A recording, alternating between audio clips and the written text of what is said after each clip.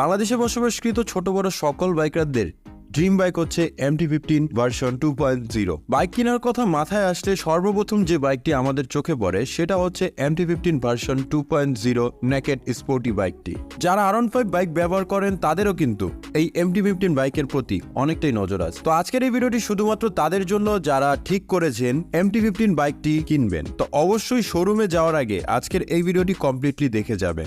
এই ভিডিওতে Yamaha MT-15 version 2.0 ফুল specification জানাবো এবং 2023-এ কি নতুন আপডেট করা হয়েছে, বাইকের ডিজাইন এবং বাইকটি বর্তমান প্রাইস কত হবে এবং শোরুমে যাওয়ার আগে আপনাদের কত টাকা নিয়ে যেতে হবে, একেবারে ফুল A to Z ডিটেলস কিন্তু আজকের এই ভিডিওতে আপনি জানতে পারবেন।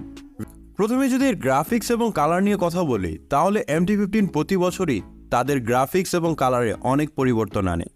বর্তমান বর্ষে প্রথমেই যে কালারের আপডেট করা হয়েছে সেটা এর রিমে